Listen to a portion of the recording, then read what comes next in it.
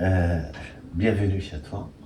Je te remercie de nous avoir accueillis chez toi, C'est avec plaisir. au sein de ta famille. Et c'est toujours un plaisir de discuter avec toi et d'échanger avec toi sur des sujets qui nous intéressent tous, qui nous interpellent et qui nous questionnent.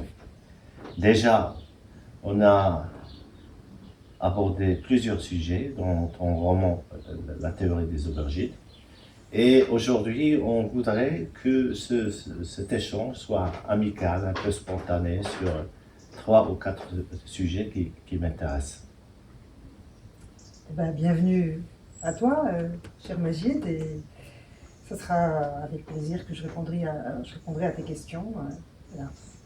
Comme on l'a fait précédemment pour la théorie des aubergines et pour le ciel sous nos pas.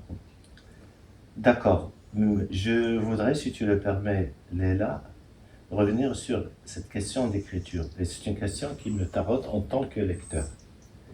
Et je voudrais savoir, en nous racontant, en quelque sorte, ton monde d'écriture, je voudrais savoir ce côté invisible de l'écriture et qui fait partie de ce qu'on appelle le rite de l'écriture. Et donc, peux-tu me décrire cet invisible, comment ça se passe et quelles sont les difficultés que tu rencontres en écrivant? En gros, tu veux savoir ce qui se passe un peu dans les coulisses. Oui, Voilà. Euh, En vérité, maintenant, je vais bientôt publier mon troisième roman, donc il sortira au mois de janvier. Et je constate que j'ai toujours le même procédé. C'est-à-dire que je passe une longue période où je rêve du roman que je vais écrire. Je rêve de ce roman. Il y a un monde qui prend vie en moi, dans mon esprit. Les personnages commencent à s'affirmer, leur voix, mais vraiment distincte. Et ce n'est qu'à ce moment-là, quand cette voix-là devient vraiment très claire pour moi, très distincte, qu'elle devient presque indépendante de ma volonté, et bien c'est à ce moment-là que je peux m'asseoir à ma table et commencer à vraiment écrire le roman. En général, je sais que ça va prendre beaucoup de temps. Donc je m'engage dans un processus qui se fait sur une durée quand même relativement longue. Et tu as parlé donc de rituels, et c'est vrai qu'en général, quand je commence cette étape-là, eh bien, j'écris tous les jours. Dès que je suis toute seule à la maison, quand chacun va à ses occupations, eh bien là, à ce moment-là, je m'assois à ma table et j'écris pendant de longues heures, toute la journée. Voilà. Et en général, si tu veux en savoir un peu plus sur ces rituels-là, j'écoute de la musique quand j'écris. Mes choix musicaux dépendent de mes personnages. Ce ne sont pas des choix musicaux qui ne dépendent que de mes goûts personnels. Parfois, c'est des choses que je découvre grâce à mes personnages, parce que ça correspond à leur état d'esprit du moment ou à une expérience de vie qu'ils sont en train de vivre. Et donc voilà. Pourquoi j'ai posé cette question de l'invisible?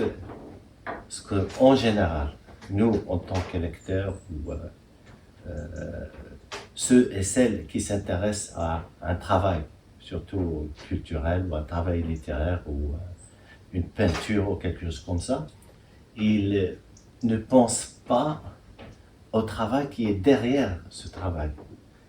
Eux, ils s'intéressent qu'au produit fini, c'est-à-dire le visible, c'est-à-dire ce qui est déjà préparé. Et ils ne savent pas que derrière ce travail, il y a tout un rite, tout un processus dont la difficulté est le point. Si tu veux, je comprends ce que tu dis. Mais au fond, je pense que quelque part, tant mieux. Si les lecteurs ne s'intéressent qu'au produit fini, c'est-à-dire le roman tel qu'il est publié, je trouve que c'est une très bonne chose. Au fond de moi, je préférerais presque qu'on ne s'intéresse pas à ma personne, à mon processus d'écriture, à cet artisanat-là, et qu'on s'intéresse qu'au livre. Ouais. Et voilà, et le lecteur, forcément, ce qui l'intéresse, c'est l'histoire qu'il est en train de lire, l'émotion que ça suscite en lui. Autrement, la vie personnelle de l'auteur, le processus d'écriture, je pense que ça n'a pas autant d'importance que le texte, voire ça ne mérite pas toujours qu'on s'y attarde. D'accord. Et je voudrais continuer dans la même lignée, si tu veux, du visible et de l'invisible, en parlant de ce que je nomme pacte. Un pacte que l'auteur signe avec lui-même. C'est toujours dans ce processus d'écriture, essayer de trouver les mots qui conviennent, essayer de trouver le style qui convient et essayer aussi de produire une écriture qui sera à la hauteur de la créativité. Comment tu vis ce pacte interne ou ce pacte entre toi et l'écriture? Eh ben c'est exactement le même processus que connaît un musicien qui accorde son instrument. Il sait spontanément, sans trop intellectualiser les choses, si ce qu'il produit est juste, si ça sonne juste ou si ça sonne faux. Et en ça, je fais confiance à mon intuition. Voilà. Et je n'avance que si je suis satisfaite quand même au moins de cette tonalité-là. Je n'ai pas beaucoup de certitude quand j'écris. J'écris vraiment, je prends mon temps en général, je retravaille mes phrases, mes pages plusieurs fois. Hein. J'ai presque un rapport obsessionnel à la langue. Parce que cette langue-là aussi, j'estime qu'elle ne m'a pas été donnée à la naissance, cette langue française. Donc, quelque part, j'ai comme un rapport de défi, mais qui me plaît. Hein. Je veux la mériter, je veux lui faire dire au-delà de ses capacités aussi. Et c'est ce travail-là qui m'intéresse et qui me passionne. Voilà. Et donc, en effet, le pacte, moi, ce que tu appelles le pacte, pour moi, ça fait partie aussi de mon éthique d'écriture, quelque part, ou de mes principes que je m'impose à moi-même lorsque j'écris. C'est-à-dire que, moi, voilà, je sais tout de suite si, je parlais de voix au départ, du personnage, je sais si elle est juste ou pas. La voix du personnage lui appartient, et chaque personnage est singulier. D'accord. Je voudrais, si tu le permets, aller aussi dans ce sens-là de ce que j'appelle le pacte. Et le deuxième côté que je voudrais échanger, sur lequel je voudrais échanger avec toi, c'est cette question.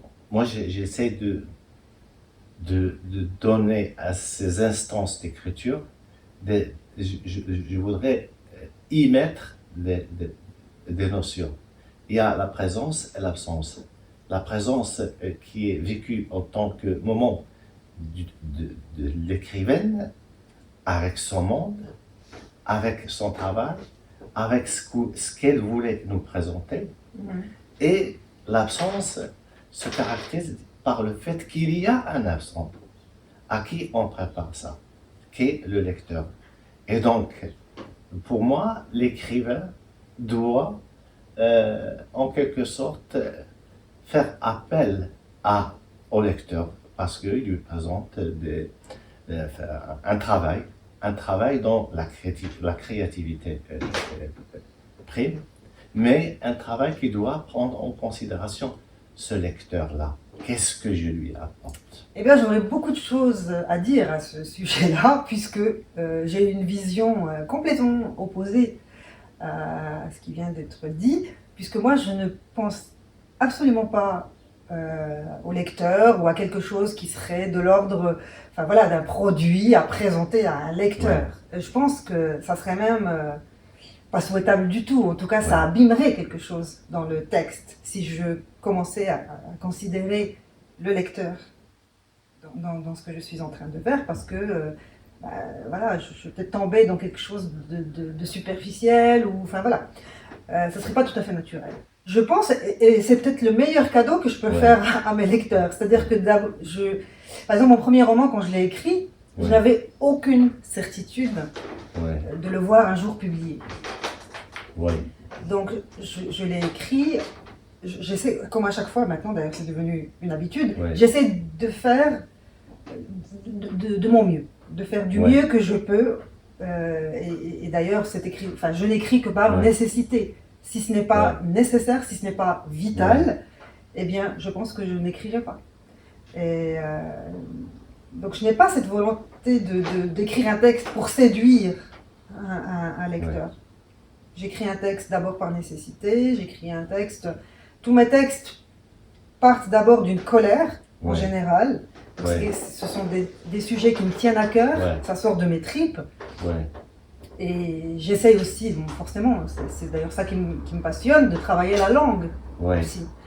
Et une fois que le produit, ce que tu appelles le produit d'ailleurs, Ouais. une fois que le texte, ce produit-là, est publié, c'est-à-dire qu'il devient en effet accessible à d'autres, et à des lecteurs en l'occurrence, qui vont acheter le livre auprès des libraires, etc., eh bien là, le texte leur appartient. Et chaque lecteur a sa propre perception de ce que j'ai pu écrire. Et parfois, cette perception-là me surprend quand je rencontre des lecteurs. Et bizarrement, au fil du temps, je me rends compte que les lecteurs, ils ne sont peut-être pas présents dans mon esprit quand j'écris, mais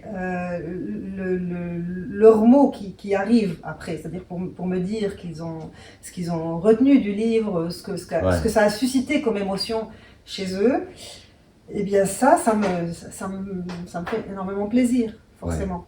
Et là, je me dis oui, j'ai bien fait de l'écrire parce que je ne suis pas la seule à avoir besoin de ce texte ou de cette histoire. Il y a aussi d'autres personnes qui s'y intéressent et en qui ça résonne.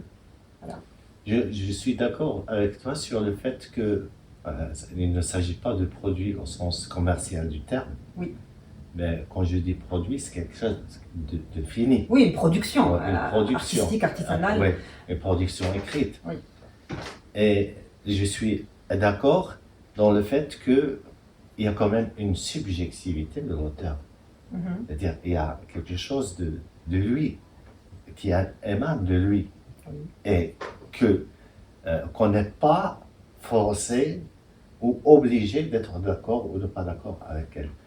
Mais dans mon dernier échange avec Mohamed Nidali, il a évoqué cette question relative au fait que quand il écrit, il choisit les mots qui peuvent être perçus ou compris facilement par le lecteur. Et donc il fait ce tri-là, ce tri qui lui permet de faciliter son langage pour que ce langage soit compris par une majorité de lecteurs. Oui. Mais c'est vrai que finalement chaque écrivain est unique un peu dans sa façon de travailler ou d'écrire. Oui. Et j'entends bien qu'il a peut-être envie de choisir des mots peut-être un peu plus faciles d'accès pour que ce ne soit pas abscon, que ce soit accessible au plus grand nombre de personnes. Et en même temps, moi j'ai dans mes critères, en tout cas de choix de certains mots ou pas, il y a aussi d'autres critères esthétiques, des critères de musicalité des mots. Il y a des mots qui sonnent plus justes, en considération aussi de l'émotion qu'on voudrait véhiculer. Donc moi c'est plutôt comme ça que je fonctionne.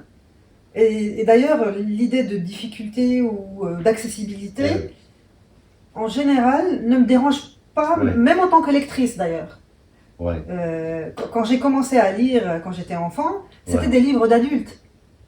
C'était des livres d'adultes qui n'étaient absolument pas destinés à l'enfant que j'étais. Néanmoins, j'ai eu plaisir à les lire Je ne comprenais Ouais, pas absolument. grand-chose Ouais, hein, au départ. Je tombais des fois sur des mots, voilà, j'allais chercher dans le dictionnaire, j'y passais beaucoup de temps. ouais. Parfois, je ne finissais pas le livre, tellement c'était trop Ouais, difficile.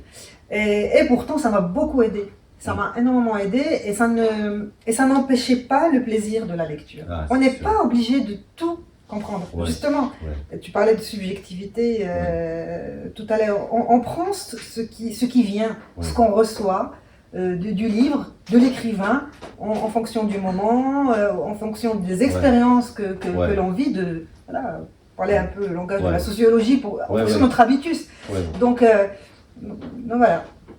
Mm. Le troisième point que je voudrais, sur lequel je voudrais échanger avec toi, c'est la question du respect. Dans l'entretien ou l'entrevue qu'on a eu autour de ton ouvrage, la théorie des aubergines, tu as dit que tu respectes tes personnages. Moi, je voudrais simplement discuter avec toi sur cette question du respect. Oui. Est-ce qu'il s'agit de conversion de personnage en personne, c'est-à-dire que tu conçois les personnages que tu imagines, les personnages que tu essayes de développer dans tes écritures, en l'occurrence tes romans. Est-ce qu'il s'agit de cette conversion de personnages en personne, c'est-à-dire en les lisant, on a l'impression qu'il s'agit de personnes qui vivent, des personnes vivantes, des personnes avec qui on peut interagir selon le comportement de chaque personne et selon notre perception et selon notre comportement aussi. Comment tu peux me... Oui. Alors c'est un respect qui est d'abord c'est-à-dire je ne dois pas empiéter Oui, sur le territoire ou la personnalité de mon personnage. oui, Et en effet, mon personnage, je le considère comme une personne. D'ailleurs, je ne commence à écrire que quand, pour moi, il est vraiment incarné. oui, Je sais tout, presque, de mes personnages. Même si un personnage doit faire qu'une apparition courte oui, dans le cheminement narratif, eh bien, moi, je sais tout de ce personnage-là, mais ça ne veut pas dire que je vais empiéter sur lui ou faire des projections sur ce personnage-là. oui. C'est ça que j'entends Ouais. aussi par respect. Respect. Voilà. Parce que ça serait presque un piège que de vouloir façonner un personnage en fonction de ses fantasmes, de son propre vécu, alors que ce n'est pas l'objet. Voilà. Je peux m'inspirer par contre d'une Ouais. personne réelle pour Mhm. construire mon personnage. Voilà. Ouais. Mais il doit avoir mon personnage doit avoir son existence propre Ouais. et tout à fait indépendante de moi et de mes personnages. Alors c'est quelque chose, vous savez, il y a un roman de Naguib Mahfouz qui est Ouais. Miramar, qui est un de mes romans préférés de Naguib Ouais. Mahfouz, prix Nobel de Mm. littérature égyptien, grand, Ouais. immense écrivain égyptien. Et dans ce roman-là, j'ai appris ça, parce que je l'ai lu ce roman-là. Quand j'étais adolescente, donc Miramar, et c'est un roman polyphonique. Ouais.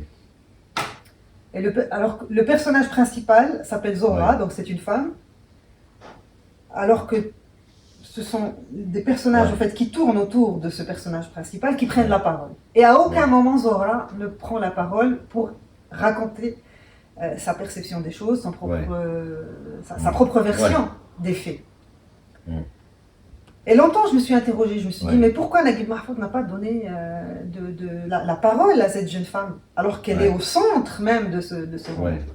Et au fil du temps, j'ai trouvé la réponse qui va dans le sens de ce que je viens de dire. Et c'était une belle leçon, en tout cas, d'écriture et de respect, justement, Mm.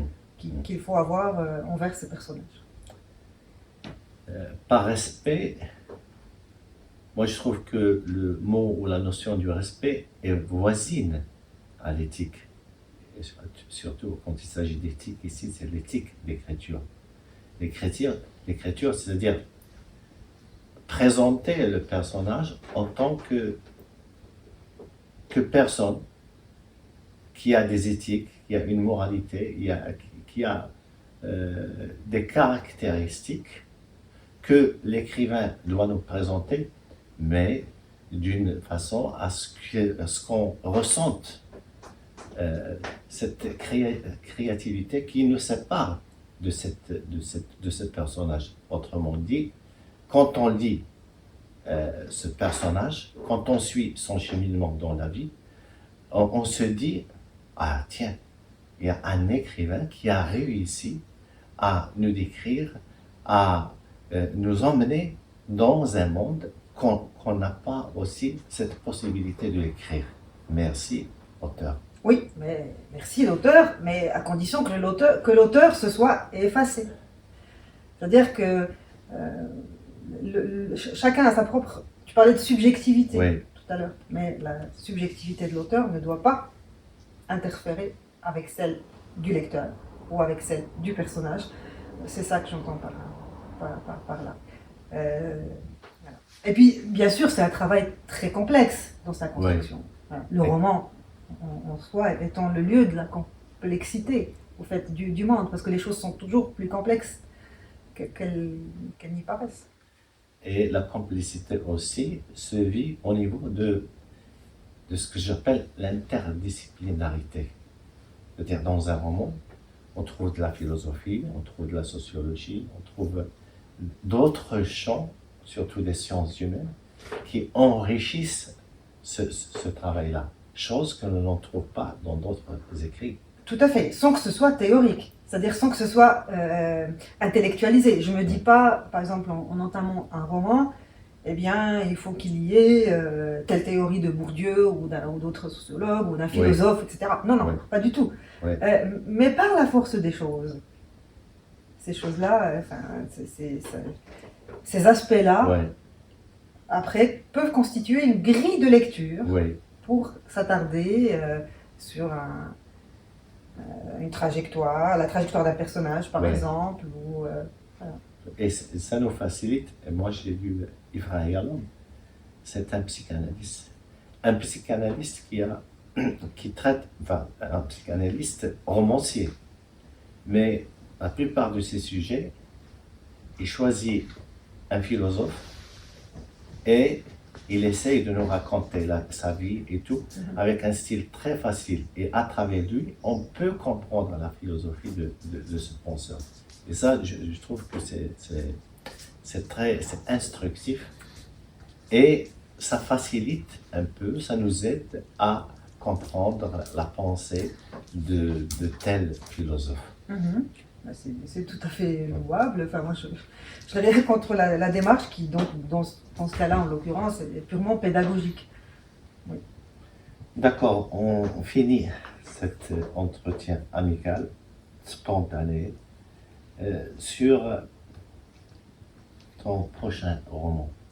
Est-ce que tu peux nous livrer quelques secrets de cet ouvrage qui va apparaître très prochainement? Alors, c'est un roman qui paraîtra donc le 3 janvier, toujours aux éditions Albin Michel. Je peux déjà vous donner le titre, en avant-première. Ouais. Oh, donc le titre est « Ce que je sais de Monsieur Jacques ». D'accord. Ce que je sais de Monsieur Jacques. Je vais pas tout dévoiler, bien entendu, de l'histoire, mais